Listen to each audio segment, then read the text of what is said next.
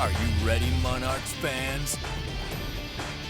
It's time for the Old Dominion Football Show with Bruce Rader and Coach Bobby Wilder. Playing with urgency and unity, the Old Dominion football team won their crucial Conference USA opener Saturday, beating Texas San Antonio 33-19 on a beautiful homecoming afternoon. But tomorrow it's back on the road for another conference game, this time against Charlotte. And while a victory is of most importance, so is that continued show of unity, this time involving both teams. How will this happen? Let's find out.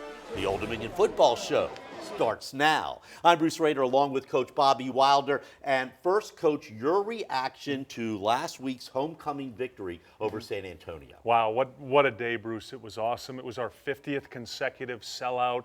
After 2 long, difficult road trips, it was great to be back with the home crowd. I love the way our team played, Bruce, and most importantly, we're 1-0 in Conference USA. Indeed you are. Now, I know you talked to your team about the importance of momentum during a game, right. But with your sights set on 2 conference wins in a row, how important is momentum going into tomorrow's game? Oh, momentum is so critical, Bruce, especially as you know with young people. It's a little bit different at the professional level. But young people, momentum means so much. And a great example, Bruce, in this game, right before the half, we're down 7-6. San Antonio's driving. Brandon Addison makes an unbelievable diving interception in the end zone.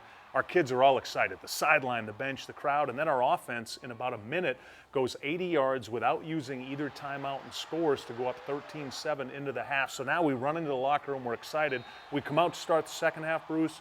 Fumble on their first play, our offense takes it and scores. So there was a 14-point swing that involved defense, offense, and special teams, momentum in the game, and the excitement levels carried over to our kids into practice and hopefully into this weekend. That's what I was going to ask you about practice.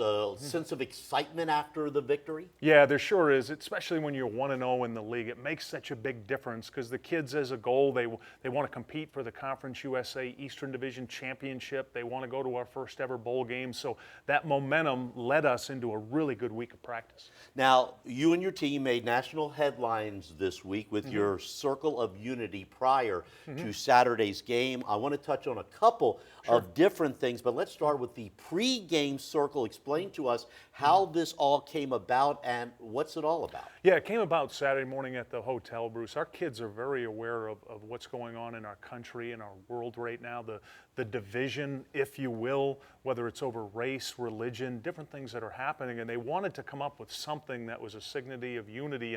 And our team, Bruce, is a reflection of society. We're different races, we're different religions, we're from different places in the country, and what could we do to show the country unity? And that's what we came up with and decided to do the Circle of Unity as a team and coaches, where we'll all get together, hold our hands, face the crowd, and show them that we're unified as a team, and this is caught on nationally now. And I understand that Charlotte coach Brad Lambert and his team have decided to join the Monarchs tomorrow before the game in a city that has really suffered a lot over the past couple of weeks. Boy, have they, Bruce.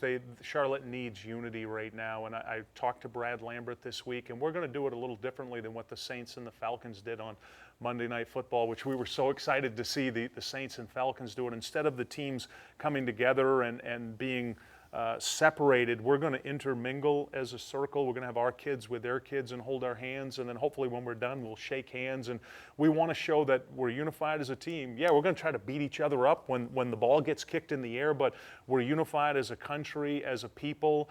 Also, Bruce, I've talked to Trey Boston, who's a safety with the Carolina Panthers. I reached out to him because he's trying to do something to help Charlotte heal, and Trey's going to come over to the hotel with us Friday night and visit with our kids about the Circle of Unity and the Children for Humanity #Walt. That's awesome. Okay, let's get back to football. Charlotte with an outstanding running back, Khalif Phillips. This will be the 49ers conference opener. What type of team will you be facing tomorrow? Yeah, we're facing a team, Bruce, that's like us. They're in the top 3 in the league out of 13 teams in rushing offense and rush defense. Both teams are really good running the ball and stopping the rush. You mentioned Khalif Phillips, great running back. He had a big game against us last year, and when we beat him at home 37-34, they play good football at the line of scrimmage like we do. Really good running, stopping the run. So I think it's going to be a physical battle up front, Bruce, and it's really going to be determined by who does a better job running the ball and defending the run. Well, speaking of running the football, Jeremy Cox has really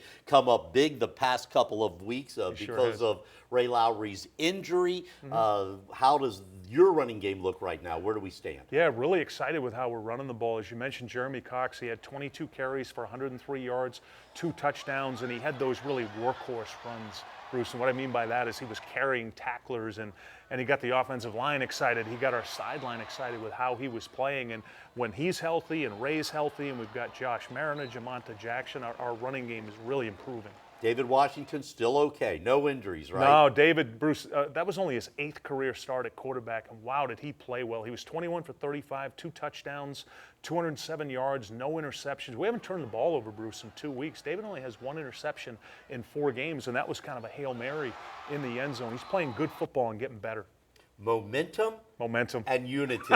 That's right. And still to come, Coach Wilder answers questions from you, the fans, in the Coach's Corner, and senior offensive lineman and now Campbell Trophy nominee Tyler Compton is a player that gets it done on the field as well as in the classroom. But is he smart enough to make it through the 1-minute drill with Brian Parsons? I think That's he is. Next on the Old Dominion Football Show.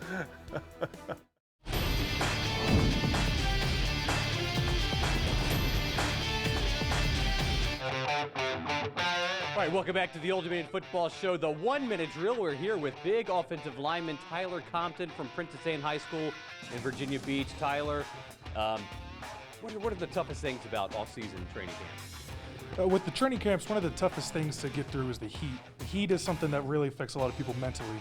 So you got to wake up every morning with a really positive attitude. You got to get after it every day, even when all the heat is really getting to you. 110-degree heat index out there on that field, so it's tough to stay focused sometimes, but you got to push through. Favorite movie? Talladega Nights with Will Ferrell. That's a classic. I got to watch that once a year, and I love that one. Give me a line. Probably my favorite part of the whole movie is when he's going crazy and he's running out and screaming out, asking Oprah for help. It's a killer scene when he's running around in his underwear. Okay, Conference USA, it takes you all over the country, almost to Mexico. What are your favorite road trips in Conference USA? Oh, Conference USA, I love the Florida trips. The Florida trips have been fantastic for us. Florida Atlantic is a beautiful stadium, and Florida International, I really love the whole city there. So that's probably my favorite spot to go, is definitely either of the Florida schools. Most embarrassing song on your phone? Oh, that's a good one. I think probably the most embarrassing song I have is probably Lady Gaga, Poker Face. That's one, wouldn't tell too many people, so, but here it's out. Hey, no shame, no shame. Favorite thing about being a Monarch? That's a great question. I think my favorite thing is definitely all my teammates. It's friends you make for life. It's friends you hang out with every day. You never get tired of them. Especially offensive line, there's nothing like the camaraderie that you build at that position. So it's incredible always having people to hang out with, always something to do, and people you know you're going to be talking to 30, 40 years from now. Tyler Compton from Virginia Beach, a big offensive lineman. He survives the 1-minute drill. Tyler, say goodbye to the Monarch Nation.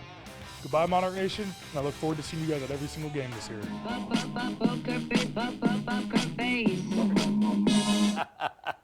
Coach Tyler is a finalist for the Campbell Trophy, awarded each year to the absolutely best football scholar athlete in the nation. We can see why. What an honor just to be nominated. It is a tremendous honor, Bruce, and I've been coaching football 30 years, and he's one of those great stories you love to see. He was a walk-on from Princess Anne, earned a full scholarship. He's a Dean's List student with one of the highest grade point averages in the school, and he's going to be a future leader of our country. Indeed he is. What a great kid. Got a question for Coach Wilder? Well, you can send it to me at bruce.rader@wavy.com, and who knows, you may see your name pop up on the Coach's Corner, which just happens to be next as the Old Dominion Football Show continues. Time for this week's edition of the Coach's Corner. First question is from Jerry in Norfolk. What are road trips like in Conference USA, Coach? Does the team get to enjoy any of the sights and sounds of the cities, or is it strictly fly in, play the game, and fly out? Great question. Generally, Bruce, the sights are from the plane. when we're coming in or leaving. Generally what happens, we arrive at around 6 o'clock Friday night, wherever we're going, and then we leave right after the game. A special exception this week because of what's happened in Charlotte. We're going to have Trey Boston, the starting safety for the Panthers, come over and just talk with our players about what he's experienced in Charlotte this past week, and then what we can do to help him with our Circle of Unity, our Children for Humanity #Walt. All right, next question. Bobby from Virginia Beach wants to know, how has technology, for better or for worse, changed the way you do your job from when you first started coaching? Yeah, when I started 30 years ago, Bruce, we were on 16 millimeter film. We had the hot splicer. You had to cut it, splice it. Then it went to VHS. Now it's all digital. It's definitely improved for the better. Thanks for the question. Like when I started on TV, it was all black and white.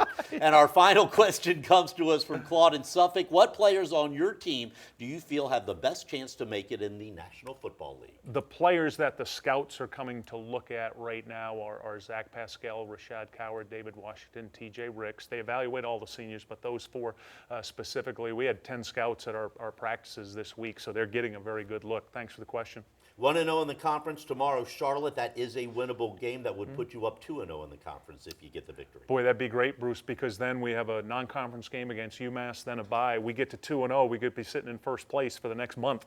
If you had to play this game, this is one that you can win on the road.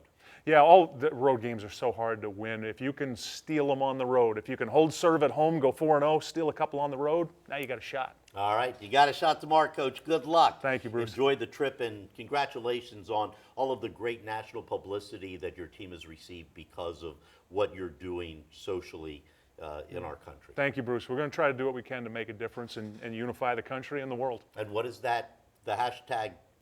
#Walt, watch, accept, listen, tolerate. When you meet somebody that's different from you, you might not have to agree with them, but give them a chance. We can become better as people. All right, thank you, Coach. You're A day welcome. of unity and hopefully a day for a second straight conference victory coming up tomorrow afternoon in Charlotte. And thanks to all of you for joining us. And join us every Friday night at 10:45 here on Fox 43 for the Old Dominion Football Show. Have a great weekend, everybody. And, Coach, bring us home another win. Let's do it. Let's do it.